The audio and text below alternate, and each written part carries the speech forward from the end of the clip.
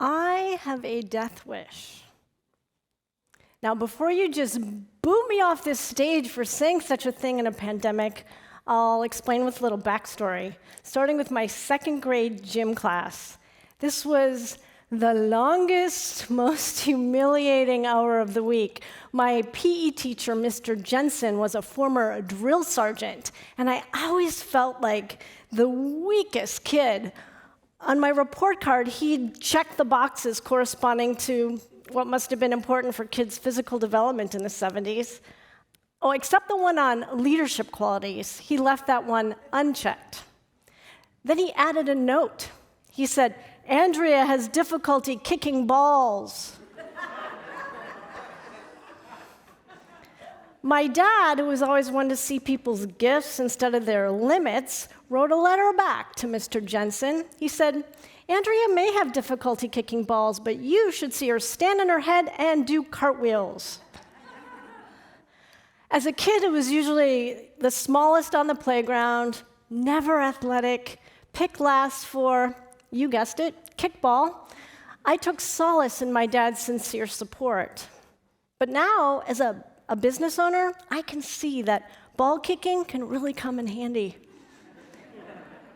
Anyway, in that one simple sentence to a short-sighted gym teacher, "But you should see her," my dad showed me that focusing on strengths more than weaknesses feels really good. That there are other ways to look at the world, and that it's important to recognize each other's gifts. So with all that great karma my dad had built up around appreciation with me, it only seems right that some praise would ultimately come his way. Long into his fruitful and active retirement, he was featured in a hometown newspaper story. The article described the many ways he contributed to our small Midwestern town. And he sent a copy of that piece to my siblings and me with a short handwritten note. He was always really modest, so he just said, "Well, it's better than having a eulogy read over a casket." My dad died 7 years ago at the age of 96, and he was surrounded by family and friends and 2 hospice workers. He left this world not 20 feet from where he'd come into it. He was born and he died in the same house. I like to think he died as well as he'd lived, on his own terms. I had the honor of giving the eulogy, and ultimately he'd chosen cremation over that casket. As I looked over at my dad's ashes, I had a smile because, our dad really loved beer. So instead of putting his ashes in a blasé urn, we put them in a big, shiny beer growler. So my remarks over the growler were a sincere tribute to a superb human being. Not unusual as far as eulogies go, except for one thing. He'd already heard it. Those many years earlier, after I'd received his note about how having nice things said about you while you're alive beats the alternative, I wrote my dad a letter. And the theme of the letter reflected a common thread that I'd noticed in his long life, the theme of building. Our dad had helped to build so many things. Gun emplacements in World War II, a new industrial park, a vibrant hobby as a self-taught and later acclaimed woodcarver, confidence in others, a many decades-long marriage, a family, a home. And he had the chance to read it all long before he died. So that had me asking, why are eulogies only for dead people? Why do we wait so long to recognize each other's gifts? Why are the truest compliments and the sincerest sentiments said about people we love when they can't hear and savor and relish them? And how do we honor all those around us who are very much alive? I think one reason can be found in the words of the wise beyond her years, Anne Frank. She said, "Dead people receive more flowers than living ones because regret is stronger than gratitude." So what if we turn regret on its head and take all that love and conscientiousness that we habitually express after people die and do it while they're still here? Because doing that eases the pain of death and regret for both the dying and the living. So I set out on an intentional quest to bear witness to people who are dying. As a hospice volunteer, I'm learning that those who are dying, they want to know that they're loved, that they've loved well. They feel regret for all sorts of things, for things they didn't do and words they didn't say. Deep down, they want to know that their lives have mattered. They feel really mortal because they are, as am I, as are you. So when we learn a loved one may be dying, we face a pivotal choice. We can choose to say nothing and hope that our words will sufficiently honor the person who's no longer here with us. Or we can step up and express our love and appreciation while they're still here. And we can honor all those around us who are very much alive. I call this intentional honoring of others grace notes. And whether they're written or spoken, they're this means of freely and openly acknowledging someone's presence and gifts. I know in my bones that these sentiments lessen the pain of grief and increase its grace. Like a musical grace note, they're that extra embellishment that makes something beautiful even better. With grace notes, we let our family, our friends, our kids, even our colleagues know not just that they matter, but how they matter.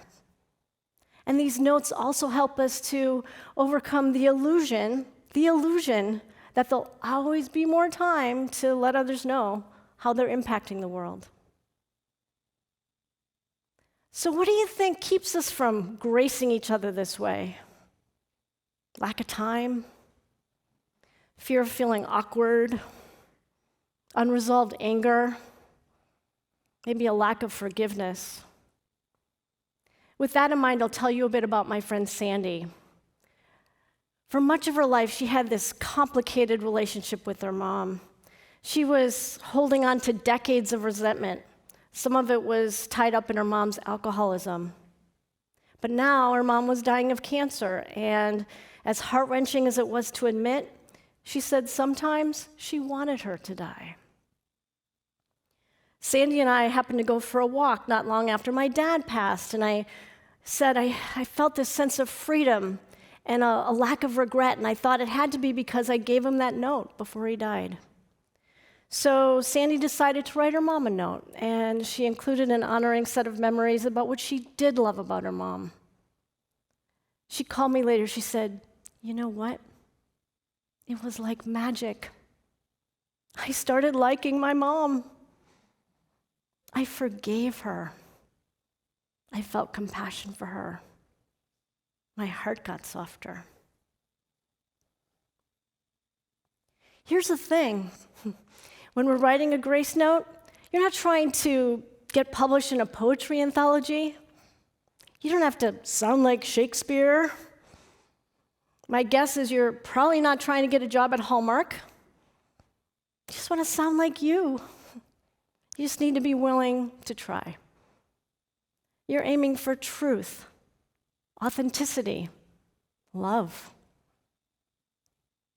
What I've learned over and over is that the pain of regret is always greater than the challenge of writing a grace note. I'll give you an example from a visit I had with a hospice patient. One day, out of the blue, she said, "Oh, I wish Joan knew how much I appreciate her." Joan was her almost lifelong friend and now her primary caregiver. And I encouraged her to keep talking, and I reached for whatever I could get my hands on to write with. It just ended up being a used envelope.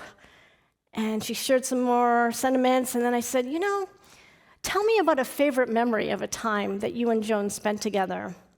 And as if it were yesterday, she lit up and described this road trip they took to California, They found a beach, took a risk to introduce themselves to some boys. Who knows where that went?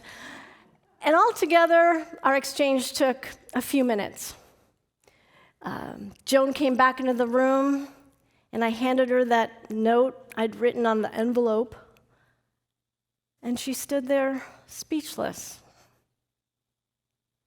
And then she went and sat with her friend of over 50 years in this wordless moment of connection and love. A moment of grace can be that simple and that profound. It's an experience that forever touches the dying and those who are left behind. So what now? You might be sitting there thinking what you'd say or how to get started. Business groups and long-term care groups that I speak to use what I like to call the Mad Libs approach. Maybe you played Mad Libs in middle school. Maybe you still play Mad Libs. It's that fun fill-in-the-blank word game. So with a little bit of Mad Lib style, we get this easy-to-use Gracenotes roadmap. You are the only person I know who I always laugh when I think about. You will leave a legacy around. Bottom line, you can't do this wrong. It's impossible. And if writing's not your thing, what if you made a video, a drawing? Maybe you're really good at PowerPoint decks. Could you write a grace sentence? The medium doesn't matter. What matters is the doing. What I've learned in this journey of my own and in talking to others about their losses is that grace notes create this sense of completeness, contentedness, and calm. I vividly recall the last night my dad was alive. By then he was unconscious and everyone else had gone to bed. I sat with him with my hand softly on his. And on this unrepeatable night, I didn't have to worry about trying to find the words to tell him all that he'd meant to me and only hope that he could hear what I said. Instead, I could be present to his dying. I could affirm that if this was his time to move on, that was okay. I could love him with presence and with touch, knowing full well that my grace note those many years earlier had been a sincere and thorough rendering of his life well lived. Ever since, I've felt very little regret, and I know it's because I shared my full heart with him before it was too late. So I deeply hope that you don't know anyone who's actively dying. But given the times we're in, that may well not be the case. No matter what, I encourage you to just look around. People everywhere are dying to be seen and heard, to know how they matter. They're dying to get your grace note.